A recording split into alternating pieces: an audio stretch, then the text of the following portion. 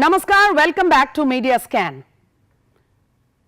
It has suspense, it has drama, it has sex, blackmail, intimidation, violence and politics.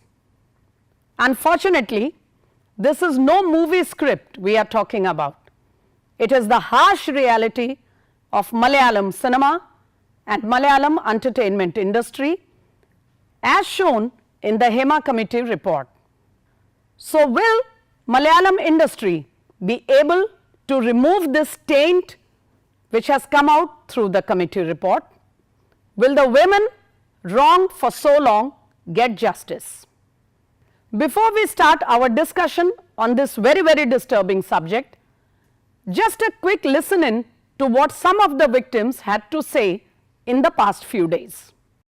So many issues are facing, not for me, or also my subordinate, also my friends and some ladies also facing same issues, sexual harass, verbally sex words using like that. And if we get a chance, ready to go with somebody to sleep.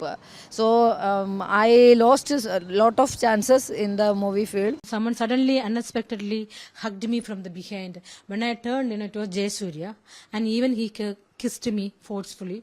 Get a chance, ready to go with somebody to sleep. So I lost a lot of chances in the movie field.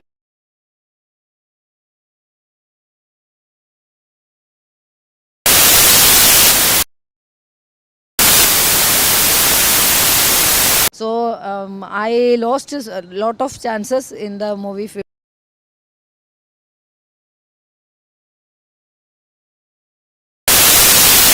And now on this very special episode of Media Scan, we have here with us well-known Kannada and Tamil actress Malavika Avinash, who will share her thoughts and experience with us following the Hema Committee report. And Malavika Avinash, my first question to you is very simple. When the Hema Committee report came out in the last few days, what were your first thoughts on reading and checking the findings of this very eye-opening document? You see, in 2017 February, there was an incident that occurred in Kerala which really shocked and shook all of us. Yes. If this could happen to a colleague, it could happen to me, was the thought that crossed everyone's minds. And that is the favor, it is an infamous event which I don't want to go into, however, which marked the beginning of women opening their eyes to this reality that they are unable to fight alone. And therefore, the women's collective was formed in Kerala and Yes. they began this fight. Now, what is unfortunate too, one is, let's welcome this Hema Committee report, now being made public finally after 5 years. However, what is unfortunate is that it was held back for 5 years.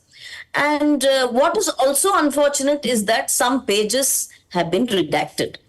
So the government, much on the insistence of the women's collective, established this committee and ensured that they work for 2 years, but failed to bring it out in public domain, fearing what is the question.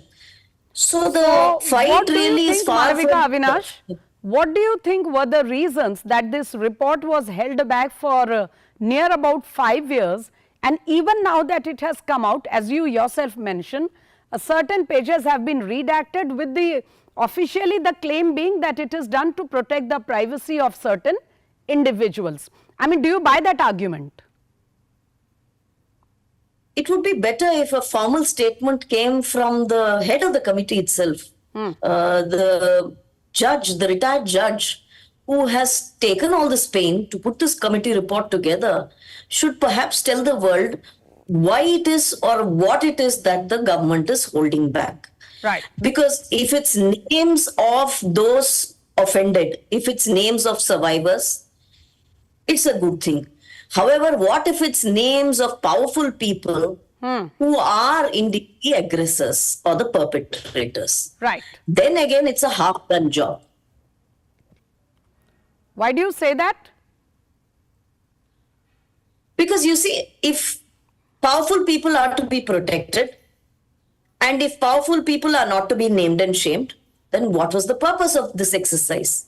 The Women's Collective, I think, largely is looking at a transformation in the workspace for women and a change in attitude. You see, it's not just about harassment that is sexual or otherwise. It is also about a lot of other issues that women face. Yes, On the sex. we will So come, all of come this to needs to those be other, addressed. yes, Malvika Avinash, we'll come to some of those other findings that have come which do not directly pertain to sexual harassment, but they do display a very, very serious level of gender discrimination.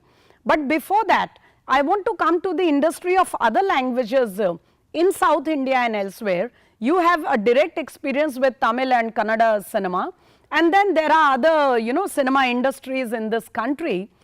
Do you think what has come out, the shocking details from Malayalam film industry, may be happening in other industries, and whether what we are reading about the Malayalam industry is worse, or it could be the other way around in the other languages? Your experience. Smitaji, let me make a very sweeping statement. I know many eyebrows will go up when I say this. I think no child, girl, woman, anywhere in this world can claim that in her lifespan, she has not experienced sexual harassment of some kind or the other. It may be a touch, a bad touch, it may be molestation, it may be greater violation, or it may be a lecherous glance. You see, a lecherous look at me can many times bother me for days on. Yes. But Malvika So it could Avinash, be any what of do those. you... No, there is no woman who would not have suffered it. And therefore, to think that it doesn't happen in one industry and that it happens in Malayalam, it's untrue. It happens everywhere. Wherever there is a woman, there are moments, there are incidents that can make her very, very uncomfortable. Sometimes can be very, very serious, as those that have come out now in Kerala itself. Okay, so do you think now that finally we are at a stage when a lot of shocking details have come out, and after the publication and the, the public, the report becoming public, we are seeing a new series of, names and victims coming out who hadn't even spoken to the committee, if I am not wrong, but they are feeling inspired and, brave enough to come out and share their experiences, no matter how traumatic. So do you think this can become a kind of a gateway to inspire women who have gone through similar experiences and trauma to come out in other industries, and this can, kind of become a way to show women how they can voice their, the injustices done to them and fight for a better environment? I think the women's collective, cinema collective, I do not know what they started out or aimed at or what they were hoping to achieve. But what they have indeed managed to achieve is to commence a movement that will snowball eventually, I think, in the days to come. The Hema Committee, in many ways, I think the sense of security and protection in terms of keeping their names anonymous that the Hema Committee itself gave those women, I think was a starter. The other thing I have noticed is that after the report was out, many of the superstars remained silent and did not speak up. Some of those named actually were in denial. I think that compelled many women to come out and speak up. They were angered by the silence as well as the denial. So the more there is silence, the more there is denial, there will be greater anger and there will be greater exposure. Therefore, I urge all the men and the women in all the film industries to come together and address this problem, see it in the eye, as the Malayalam film industry has done.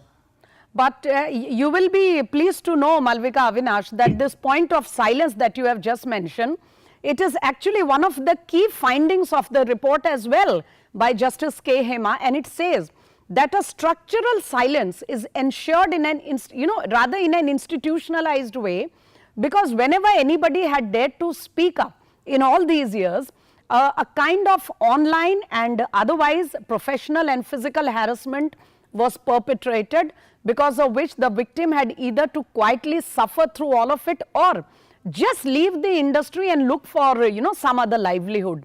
Now that this silence has finally been broken, are you hopeful that some legal outcome will be possible, since now FIRs have started being registered, and even if reluctantly some people have had to put in their resignations from the association, the Amma, because of the public pressure? I think two things have happened.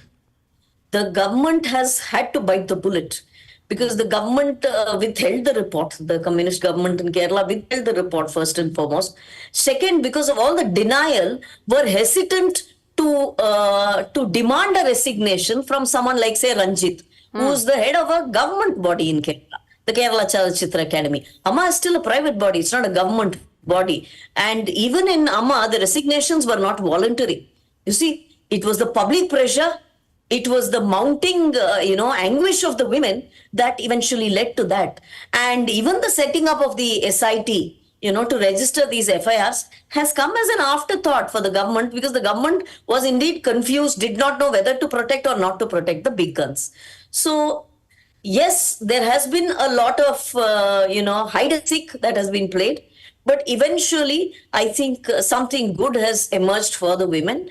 And this filing of FIR, I do not know how many women will really come forth and do it, because their experiences may be in the past and they may not have anything to corroborate it. See, today you have WhatsApp and you have all these gadgets which still record some of the harassment that one may have faced, in terms of a message or a phone call or something. But something that happened 15, 20 years ago, how's a woman to corroborate? So yes, to expect them to file an FIR, yes, not you to, will be happy to know, Malvika Avinash, that we are going to have very senior lawyers on our show with whom we are going to take up these angles about how to prove a crime that happened perhaps more than a decade ago, but the victim is only daring to come out now. But I know you are in the middle of a film shoot and you have to go. So very quickly I'll put you a direct question. While it is true that due to public pressure, FIRs have started being registered, the SIT is in place, and certain people have had to put in their papers even if reluctantly, but there is still a cozy boys club going on there. You must have seen that CPM MLA Mukesh, who has been named by a victim, nobody in the opposition, particularly the Congress, is demanding his resignation, simply because it is believed that there are two Congress MLAs also whose names have figured in some other context for sexual harassment, and because the CPM did not demand their resignation, the Congress is reciprocating. Do you think justice is even thinkable when such a cozy boys club is operating, that you scratch my back and I scratch your back? You see, that's when they all get together. All the men, they get together whenever there is trouble mounting for them, and similar trouble for all of them, as you're saying.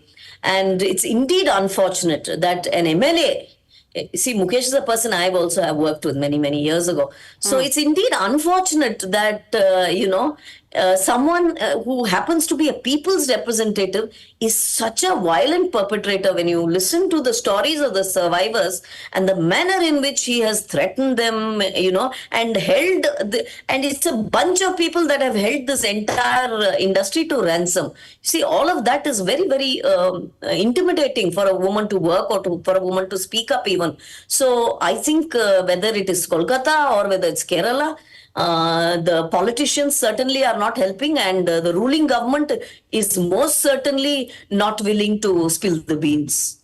Yes, but at the same time, there are people coming into the political arena like you who are ready to, call a spade a spade.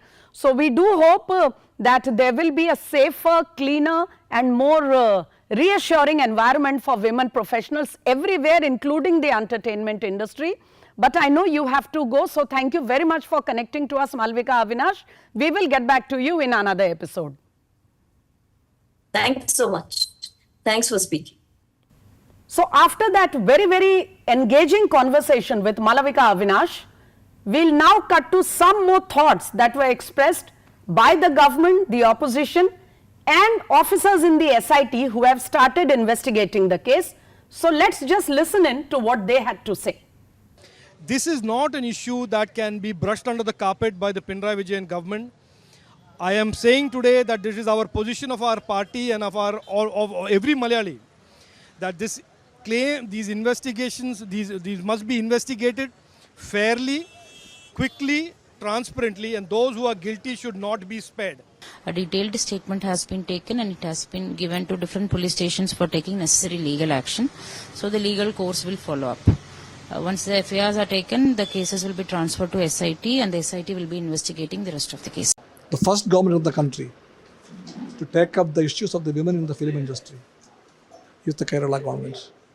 All over the country, in Bollywood, in Tamil cinema, in Telugu cinema, in Hindi cinema, everywhere, women are having a lot of issues and problems. And now I am joined by two senior lawyers on our show this evening.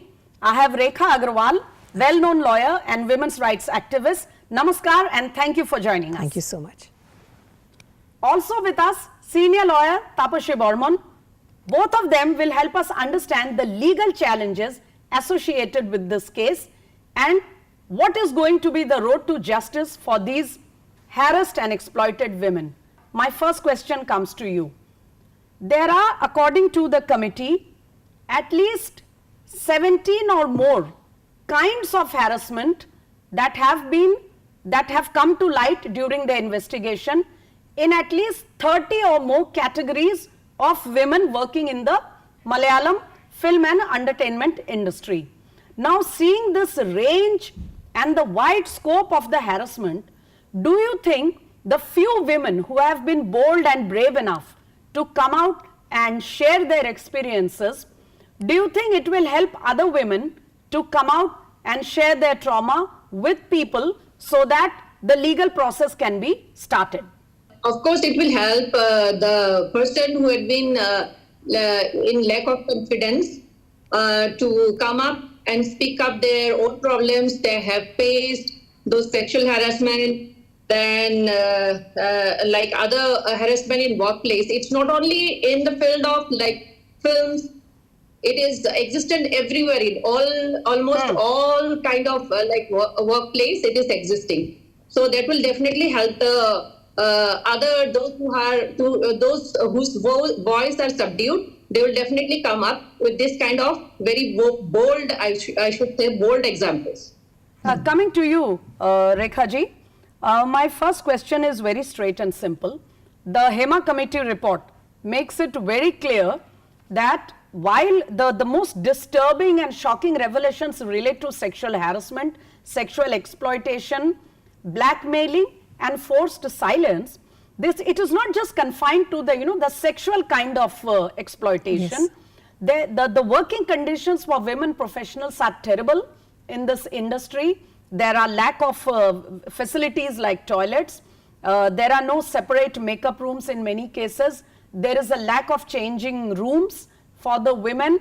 The work hours are completely crazy, and for hours and hours they have to stop themselves from relieving because there are no washrooms available. They are forced to go and relieve themselves in the open, and then they are made to work under conditions which cannot be considered conducive for the women folk at any cost. Seeing these findings of the report, do you think a couple of FIRs or such complaints can actually bring any effective change in the work environment?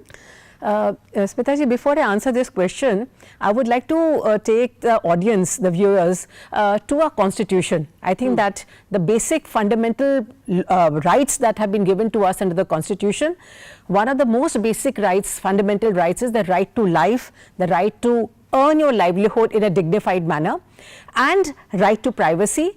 And right to life itself means that you have the right to lead a dignified life, not just a basic life.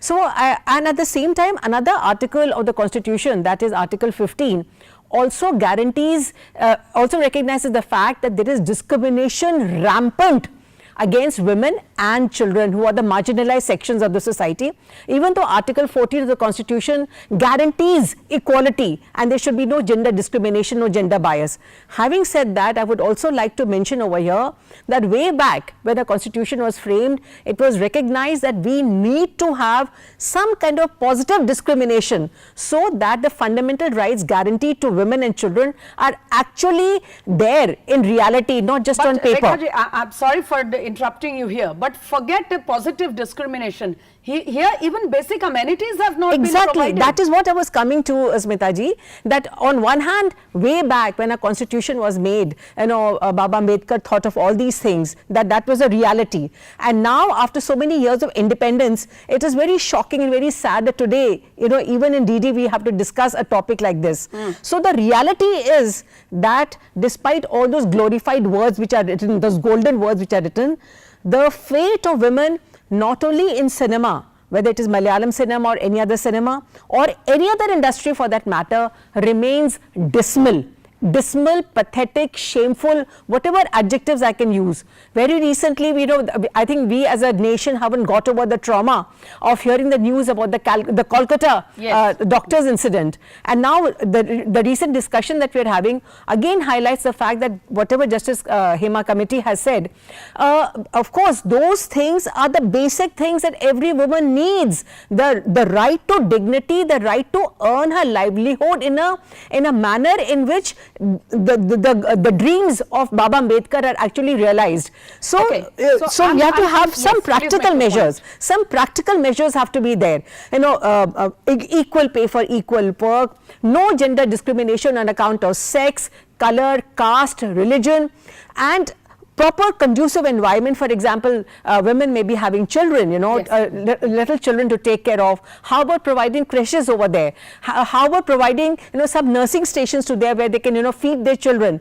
And how about providing proper transportation to them so that they can go back home or can be picked up, in the morning from their homes and reach safely back in the evening where the family is not worried. Rekha ji, you are hoping for the moon here because we are seeing a lack of very basic facilities. Yes, absolutely. Needed for a woman professional to, perform her professional duties. Yes, and as a lawyer, I will say that over here, that even in the legal fraternity, in a metro city like Delhi, also there are so many challenges. We have the Honorable High Court and the Honorable Supreme Court where of course the conditions are very nice, but in the district courts, they are sometimes in some of the district courts, they are very pathetic, and I have travelled to the courts nearby city. As a news reporter, that even those few facilities that are there in the district courts, even in Delhi NCR, the women lawyers really had to fight for them. Absolutely, we had to make an uproar about it. Yes. Coming to the cases of sexual harassment,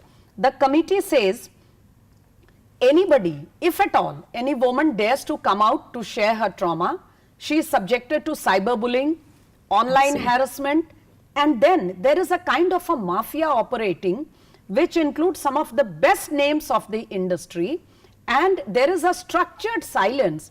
That is, the structured silence is when a woman raises her voice, everybody makes sure not to say anything to stand in support of her. But yet these women have reported to the committee, they have shared their experiences with names or without names, and we have now seen that after this committee report was made public with an inordinate delay of 5 years, then some women have dared to now come and share their experiences.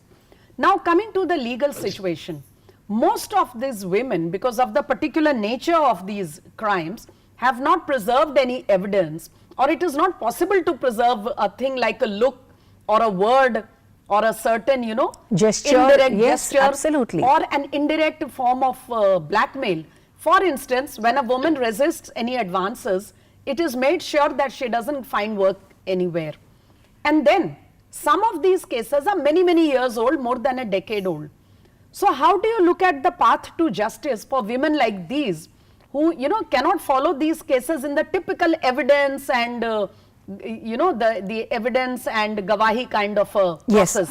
Yes. First of all, I would like to comment upon the words that you used about the structured silence over there in the industry, and that is a reality. That is a reality where, it is very nice to keep quiet. it is very, very comfortable to keep quiet because you don't want to become bad like the victim who is now mouthing. So silence itself is a crime. If you do not stand up for justice, if you do not open your mouth, if you're not vocal about it, so you are in fact indirectly abetting the crime. You are adding to it.